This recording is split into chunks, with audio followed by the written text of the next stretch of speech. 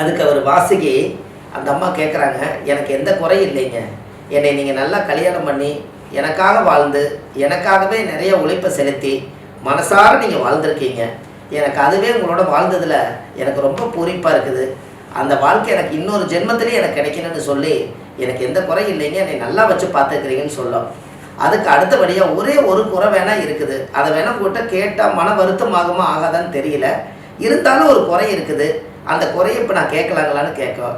கண்டிப்பாக கேளுமா அப்படின்னு அவர் சொன்னார். அப்போ அவர் சொன்னார், நான் சாப்பாடு போடும்போதெல்லாம் ஒரு ஊசி எடுத்து தலவாழை இலையில் வச்சுட்டு நீங்கள் சாப்பிடுவீங்க. அப்புறம் மறுபடியும் தண்ணி குடிச்சிட்டு அந்த ஊசி எடுத்து சோக்கடை பையில் முடிச்சு போட்டுட்டு போயிடுவீங்க. இப்படியே பண்ணிகிட்டு இருக்கிறீங்களே, இது எனக்கு இந்த ஊசி எடுத்து எதுக்கு இடையில வைக்கிறீங்கன்னு எனக்கு ஆதி காலத்தில் இருந்து இப்போ வரைக்கும் எனக்கு அர்த்தம் புரியலை. அதுக்கு ஏதாவது உதாரணம் இருக்குதுங்களா, அதுக்கு ஏதாவது காரணம் இருக்குதான்னு கேட்கும்.